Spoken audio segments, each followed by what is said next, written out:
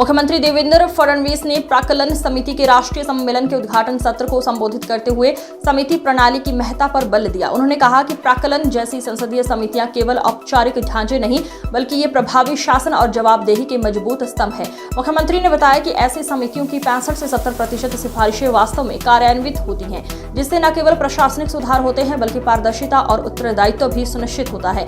इससे लोकतांत्रिक प्रणाली और अधिक मजबूत होती है। फडणवीस ने कहा कि प्राक्कलन समिति जैसे मंच न केवल वर्तमान व्यवस्था की निगरानी करते हैं बल्कि भविष्य के संसदीय मानकों को दिशा देने वाले महत्वपूर्ण उपकरण भी हैं। उन्होंने सभी प्रतिनिधियों से आह्वान किया है कि वे इन समितियों के कार्यों को और अधिक प्रभावी बनाने में सक्रिय भूमिका निभाएं।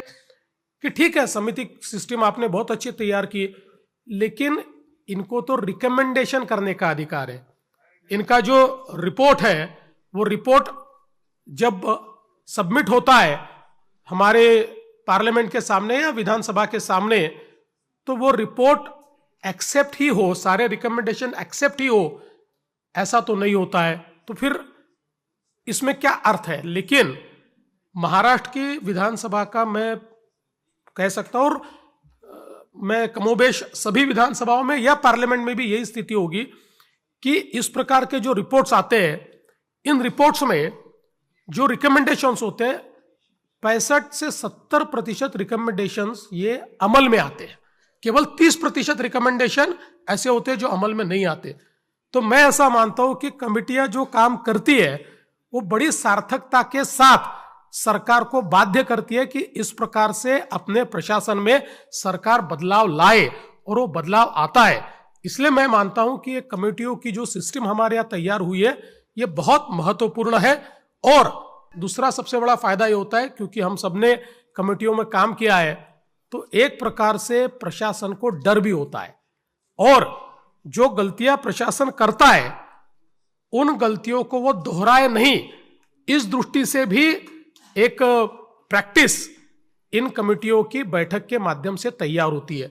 इसलिए मैं मानता हूं कि प्राक्कलन समिति जैसी एक बहुत महत्वपूर्ण समिति, जिस समिति के माध्यम से जो अंतिम व्यक्ति है उसकी आशाएं, आकांक्षाएं, अपेक्षाएं पूर्ण करने का माध्यम हमारा जो बजट है, उस बजट की इफेक्टिविटी को हम लोग गाइड कर सकते हैं, इस प्रकार की शक्ति इस प्राक्कलन कमेटी में है। और इसीलिए अब ये प्राक्कलन कमेटी के अमृत काल में हम सब लोग यहां पर जब एकत्रित हैं तो और विचार करें, इसको हम और इफेक्टिव कैसे बना पाए, इसका हम लोग विचार करें। कोई भी सिस्टम जब चलती है तो उस सिस्टम में कुछ दोष भी निर्माण होते हैं समय के साथ, तो हमारे दोषों को भी हम लोग उसका भी आकलन करें और उन दोषों को हम कैसे समाप्त कर सकते हैं, इसका भी विचार हम लोग करें।